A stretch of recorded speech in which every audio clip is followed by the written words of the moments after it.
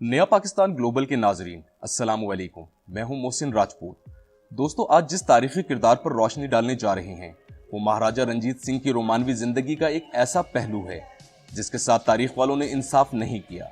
महाराजा के आशिकाना मिजाज से तो सब वाकिफ हैं, मगर इस मिजाज में रंग भरने वाली का जिक्र तारीख के पन्नों में नुमाया तौर पर नहीं मिलता। इस वीडियो को आखिर तक देखेंगे तो आपको महाराजा रंजीत सिंह और मोरा सरकार के ताल्लुक से मुताल्लिक हर मुमकिन तफसील मिल जाएगी। दोस्तों, 1780 से 1839 तक पंजाब में महाराजा रंजीत सिंह की हुकूमत रह चुकी है, जिसका दारुल हुकूमत लाहौर था। रंजीत सिंह शुरू से ही खूबसूरत औरतों के दिलदादा थे।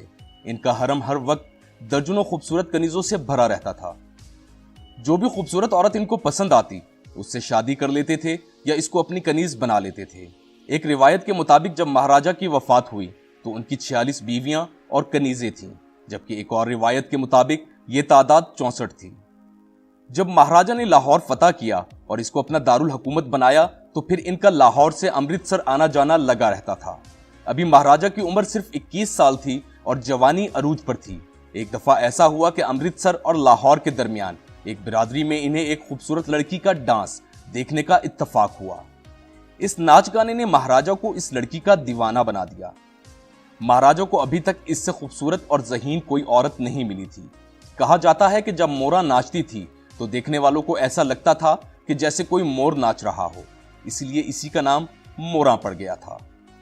महाराजा मक्खनपुर गांव की इस लड़की पर मर मिटा था। ये लड़की अपनी खूबसूरती हुस्न जमाल में बेमिसाल थी। खूबसूरत औरतें तो महाराजा के दरबार में और भी बहुत थीं, मगर मोरा की जहानत ने महाराजा का दिल जीत लिया था। मोरा चूंकि एक तवाइफ थी, इसलिए रंजीत सिंह इससे लाहौर या अमृतसर में नहीं मिलते थे, बल्कि अमृतसर से 40 किलोमीटर दूर एक बिरादरी पर मिलते थे। इस जगह का नाम पुल कंजरी पड़ गया था, मगर बाद में इसका नाम तब्दील करके पुल मोरा रख दिया गया। अब भारतीय पंजाब हुकूमत ने इस जगह को काफी रेनोवेट कर दिया है। इस तारीखी मकाम पर महाराजा के प्यार की अजीम कहानी लिखी गई थी। आज हजारों सयाह इस जगह को देखने आते हैं। कहने वाले कहते हैं कि इस जगह को वही मकाम मिलना चाहिए जो तारीख में ताजमहल को मिला है। फिर एक वक्त ऐसा आया कि महाराजा मोरा की मोहब्बत में पागल हो गए। तब उन्होंने मोरा से शादी का फैसला किया। रंजीत सिंह एक सल्तनत के महाराजा थे, जिनके लिए एक तवाइफ से शादी करना आसान नहीं था, मगर महाराजा जो ठान लेते थे फिर इससे पीछे नहीं हटते थे। दूसरी तरफ इस शादी से रंजीत सिंह ने अकाल तख्त की नाराजगी मोल ले ली थी, क्योंकि मोरा किसी बड़े खानदान से ताल्लुक नहीं रखती थी, बल्कि एक मुसलमान घराने से थी और नाच गाने वाली मशहूर थी। रंजीत सिंह अपने फैसले से पीछे न हटे। सबको साफ साफ बता दिया कि वो मोरा को हर कीमत पर हासिल करेंगे। रंजीत सिंह ने मोरा के साथ शादी अपनी सारी कम्युनिटी की मुखालफत के बावजूद की और मोरा के वालिद और इनकी कम्युनिटी के सरबराह मियां समदू की शराइत मान ली। महाराजा ने इस कम्युनिटी को बाद में अमृतसर के करीब हुसैनपुरा और शरीफपुरा में आबाद किया। 1802 में शादी के बाद महाराजा और मोरा गंगा में स्नान के लिए हरिद्वार गए। महाराजा ने मोरा के साथ शादी करके पूरे खालसा पंथ की दुश्मनी मोल ले ली थी। इनको अकाल तख्त के जत्थेदार काली पहोला सिंह ने कोड़ों की सजा सुना दी। महाराजा ने इस सजा को कबूल कर लिया और खुद को कोड़ों के लिए पेश कर दिया, मगर फिर रियाया की भरपूर अपील पर महाराजा को सिर्फ एक कोड़ा लगा और कुछ जुर्माना किया गया। शादी के बाद मोरा मक्खनपुर से लाहौर मुंतकिल हो गई। रंजीत सिंह ने पिपर मंडी में इसके लिए एक शानदार हवेली बनवाई।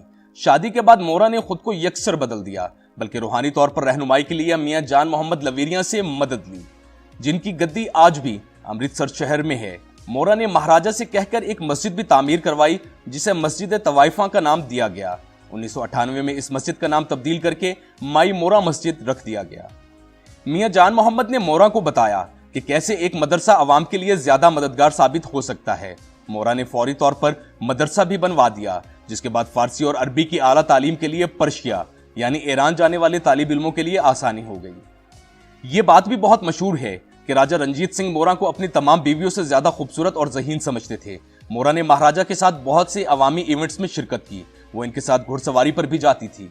महाराजा ने इसके नाम से सिक्का भी जारी किया, जिस पर मोर के पर की तस्वीर बनी थी। हत्ता कि महाराजा ने कभी अपने नाम से भी कोई सिक्का जारी नहीं किया था। इस करेंसी को मोरा शाही करेंसी का नाम दिया गया। इन्हीं सिक्कों के बाद मोरा को मोरा सरकार कहा जाने लगा। महाराजा खुद भी इसको मोरा सरकार के नाम से पुकारने लगे थे। मोरा गरीब आवाम और महाराजा के दरमियान एक राब्ता बन गई थी। इसकी वजह से महाराजा को आम आवाम के मसाइल का पता और इदराक होता था। मोरा ने गरीब और मसाकीन के लिए बहुत काम किए। अगर मोरा को गरीब की महारानी कहा जाए तो गलत ना होगा। मगर कुछ अरसे बाद जब साजिशों ने महल में जोर पकड़ा तो मोरा ने महल छोड़कर पठानकोट में जागीर बसा ली। इसके बाद महाराजा की जिंदगी में और भी बहुत सी औरतें आईं। जुगनू ने भी महाराजा का दिल जीता और फिर गुलबहार बेगम भी उनकी जिंदगी में आई। लाहौर में मजंग से मुतसिल बागे गुल बेगम इसी औरत के नाम से मंसूब है। मोरा के बाद रंजीत सिंह की जिंदगी में चांद कौर भी आई, लक्ष्मी भी आई, मेहताब कौर भी आई, गुलाब भी आई, राम देवी भी आई और चिंदकौर भी आई। ये औरतें भी निहायत खूबसूरत थीं। हुस्न जमाल में अपनी मिसाल आप थीं। मगर जो बात मोरा में थी वो किसी और में कहां। रंजीत सिंह ने हुस्न के इन पैकरों को तो हासिल कर लिया, मगर मोरा की तलाश कभी खत्म ना हुई। 20 साल के बाद भी महाराजा ने महसूस किया कि इनकी जिंदगी में मोरा से बढ़कर कोई नहीं आया। जब मोरा ने महाराजा से शादी की थी तब उनकी सल्तनत इतनी वसी नहीं थी। फिर वक्त गुजरने के साथ साथ रंजीत सिंह की सल्तनत बहुत वसी हो गई, मगर तब मोरा इसको देखने के लिए जिंदा नहीं थी। मोरा की वफात कैसी हुई इस बारे में कोई शहादत नहीं मिलती, मगर अपने अच्छे कामों की वजह से हमेशा याद रहेगी। रंजीत सिंह के दौर में मोरा किसी रहमदिल महारानी से कम न थी और इसकी गरीब परवरी की वजह से तारीख दानों को चाहिए कि इसके साथ इंसाफ करें। दोस्तों, आखिर में आप सबसे गुजारिश है कि हमारा चैनल सब्सक्राइब करें ताकि आपको ऐसी मालूमाती वीडियोस आइंदा भी खुद ब खुद मिलती रहें। वीडियो पसंद आने की सूरत में अपने दोस्तों से शेयर भी कर दें और अपनी राय से आगाह करने के लिए कमेंट भी कर दिया।